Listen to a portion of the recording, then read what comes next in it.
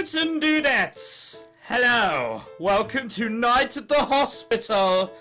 The music isn't quite fitting for a game which looks so scary, but I'm sure we'll find out that it is really scary and creepy nonetheless. I hope you all appreciate my new microphone. I think I sound beautiful, but then again, I am beautiful. Right, let's start. This is terrifying already. In a vain attempt to defy fate, I jam the ends of my pillow into my ears.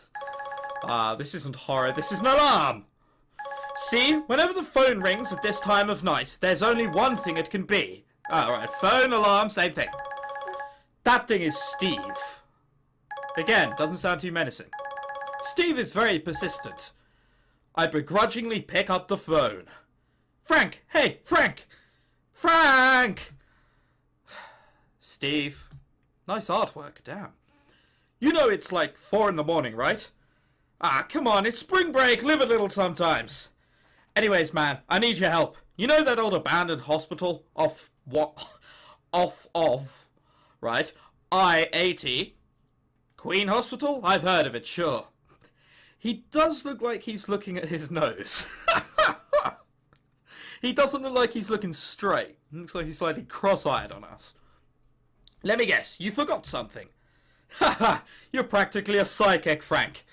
Yeah, I brought all the exorcism stuff, but forgot my flashlight. Be a pal and bring it over for me, will you? Fine. Oh, well, he's perfectly okay with the exorcism. He's just like, oh, you silly tool, you forgot a torchlight. Oh, you. Silly Billy. But you owe me a shake and fries, a disco chicken. Again. What restaurant is called Disco Chicken? Oh, God. I think that brings his total to 20 shakes and 32 orders of fries. But I've honestly stopped keeping track. No. You don't stop keeping track and then throw such a specific order of 32 orders of fries at me. Doesn't work that way. Sounds like a deal. Oh, and could you also bring a what? The line cuts off before he can finish. Ooh, the music gets serious. Steve? Steven? Hey, you there? Damn it, not again. For the past couple of years or so, Steve and I have had a certain routine. Steve reads a few rumours on the internet, ghost stories people write on random forums and blogs. So lies, bollocks that someone has written on like Reddit. Fantastic. After minimal research, he barrels into abandoned building X in search of ghosts. After an hour or so, he calls me. I drive out and bring him whatever it is he forgot this time. He could just make a list or an inventory, couldn't he? You think that'd be simple. At this point, I'm like his personal Deus Ex Machina. I've even picked up some ghost hunting chops of my own, just by association. Oh dear. Granted, about 2/3 of the reports are frauds, but the rest are surprisingly legit. We fought a particular nasty poltergeist last week with nothing but a diner napkin soaked in holy water and a salt shaker. A diner napkin soaked in holy water. Why don't you just get a priest to worship, or like, what's the word I'm looking for? Bless, that's the one, to bless a golf club or a cricket bat, so you can smack these poltergeists over the head with. It'd be so much easier. I'll say this much, hanging out with Steve is never boring. I toss my jacket on and drive out to the old hospital. The highway's almost completely empty at this hour, probably because every sane person in Languid Hills has long since gone to bed. I managed to go from my own driveway to a hospital parking space in 5 minutes flat. Delaware sounds like a bad episode of Most Haunted. Have you ever seen Most Haunted? If you have, I feel for you greatly. I really do feel for you. And you know what? You can never get those half an hour back. It's the way of life. Broken windows, cracked walls, lights damaged beyond repair. The only way you can see anything beyond 2 feet in front of you is the faint trickle of moonlight through the shattered glass. That's not faint, is it? There's quite a lot of light going on there. I feel a chilly, spine-tingling aura in the air with the first step into the corridor. Yep. This looks like a ghost haunt, alright. Yet, you think, I mean, ghosts only seem to go to, like, these old, worn-out places. If that was the cause of ghosts, why don't you just renovate the building? I mean, and that would also mean that, like, poor places or like half of Africa and India would just be corrupt with ghosts. You'd start getting ghost prime ministers. It'd be horrible. I enter the main hallway and turn on the flashlight Steve asked me for. Steve? Hey, I've got your stuff. Come on out. No answer. What is he doing now? I try his cell phone a few times. He doesn't pick up. I love how he's just like, oh God, Steve, such a silly fool. Yeah, he just casually said just a few moments ago that they ran in with a poltergeist only the other week. Game, what do you like? Well, it's not like this is anything new. I guess I'll go look for him. Heck, knowing him, he just forgot to charge his phone again. Something in the corner of my eye catches my attention. I shine more light on it. It's blood. That's not the kind of thing you want to hear. A long trickling trail of crimson red from here to one of the hospital rooms. And it looks fresh. Oh God. I run towards it. Steve's been my best friend since 6th grade. I doubt he's dead. Whenever he forgot his homework, I always let him copy mine. When I was flipping out over how to come out to my parents, he was cheering me on. Wow, so we're a straight and a gay. Wow, I'm like the Harold Ramis of these Ghostbusters. Oh dear, right. I don't even know where I'd even begin to tell his mum if something happened to him. Steve? Steve! You'd better not be dead in there or I'll kill you. That's an anti-moron. Oxymoron? Yeah, that if I've ever heard one. I bust down the door and rush inside. Mysterious boy. Judging by how girly he looks, I'd think it's more of an assumption that you've called him a boy. Do you mind? There's a draft. Oh. Sorry. Sorry about that. Perhaps you can explain why you have red eyes. Red eyes are bad. Sorry.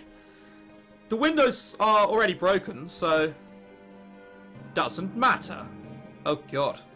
That's not a pose you want someone to take up. Don't just stand there, close the door. I'd rather not. Scared? You know what, if this is a ghost, it's an odd fucking ghost. I don't know you. He laughs. Well, excuse me for not wanting to get ambushed or anything. Again. What are you doing here? It's a long story. What's the point? Why are you dressed in some sort of like glorified potato sack? That's not good. Is it? Could be. Maybe I should just leave. Then again, look, do you need help? Do you want me to call someone?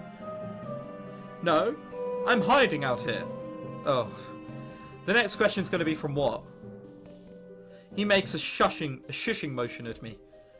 Careful, it's a secret. Alright, there's no chance that this is a real person. This is a ghost if ever I've seen one. I've got to admire them for the artwork they've put into on this. I mean, dear Lord. Fair play to them. What are you hiding from? My parents. That's a creepy answer. Parents will send you to the hospital over the smallest thing. Paper cut? Call 911. Why on earth would you be sent to the hospital over a paper cut? Ah, I've got hemophilia. So you ran to an old ratty hospital. I don't know what hemophilia is. It'd be great if they could explain it. Where would you hide a book? In a place with lots of other books? Exactly. No one would think to look here. Is he scared of blood? No, because that's phobia. Oh, wow, I'm twat. Whatever. You have hemophilia. Hey, maybe I wanted to feel control of my life for once. Why are you still speaking to him? He keeps making that weird gesture with his hands like he's about to conjure up fire. And his eyes are red. His eyes look like some sort of fiery burst heading towards Mars. That's not normal. Hard to do that when your parents never let you do anything. Maybe you're overreacting. I can understand that.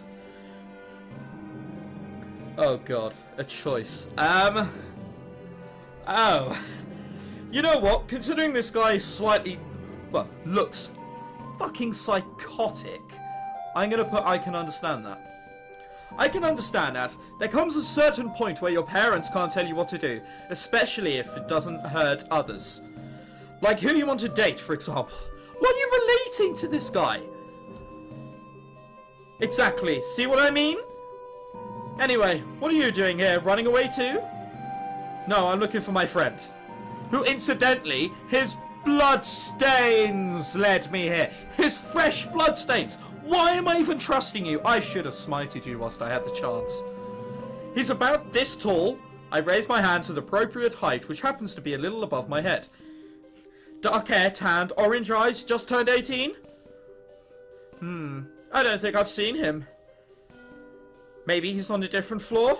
Crap. I sigh then think for a moment. Is it possible there could be an old map laying around? He shrugs at me. There might be. We can check the other rooms. We? That's okay, I'll go myself. Don't be stupid, you can use an extra pair of eyes. No, I've already said I don't want those kind of eyes. He does have a point, plus he seems harmless enough. Oh, we're going in with the wrong crowd here. I'm stronger than I look, you know. I'm not completely useless. Oh, alright. Let's get started then. I turn around and walk back through the door leading to the hallways. My new sidekick ambles some distance behind me, as leisurely as a tourist on a sightseeing walk. I get the distinct feeling that he's missing the urgency of this particular situation. Yeah, because he's already dead, death doesn't matter to him. He also wasn't freaked out by the blood. He didn't ask me about the blood. This guy's weird. The doors that happen to be left open lead to empty rooms. No furniture or anything. Better not waste time with those. I test a few of the closed doors instead. Some of these seem to be locked. He shrugs. He looks like he's trying to endear me. I mean, look. He looks like he's trying to appeal to me. Not endear me. Appeal to me. It's also, considering his parents don't apparently like him, that's one detailed haircut he has going on there. I'm not the one with the keys. At least some of them should still open. Try that one over there. I turn the knob. Well, well, what do you know? Just as he said, this one's not locked. It's as if he's been here before. Whoa, I did not like that sound as we came in. While this one does have furniture, the inside's more or less the same as the room where I met this guy. Guess it's pretty standard. Let's try some of these desks. The drawer handles are a bit rusty, but with a little bit of elbow grease, I managed to pry one open. Elbow grease? I'm not even going to ask where you got that from. Of course, with my luck, I only managed to find cobwebs and dust. How big is this hospital again? Huge. If you plan to look through every single room, you'll be here till tomorrow morning. Damn. That blood trail's still on my mind, and needless to say, it's not making me feel good about this place. I don't care what Steve says. Once I find him, we're out of here. Oh, God, this can only end badly. My companion turns to me, blessedly distracting me from his bad train of thought. Oh, God. I just realised I never got your name. I'm Luca. Luca. Alright, I'll give you that. That's not a too Dickensian name. It's the like third place you got to go to in Final Fantasy X, so I kind of like it. He's grown on me since he said that. Nice to meet you, Luca. The name's Frank. Pleased to meet you too. Where do you live? That's a scary question to answer. Around the area. I see. Suddenly Luca shivers, his teeth chattering slightly. Sorry, this hospital gown's kind of drafty at night. I think I need to sit down for a bit. Where did he get a hospital gown from? He's hiding here, not being treated here, is he? Oh, God. If you need, you can have my jacket. I need to find my friend. Let's cuddle for warmth?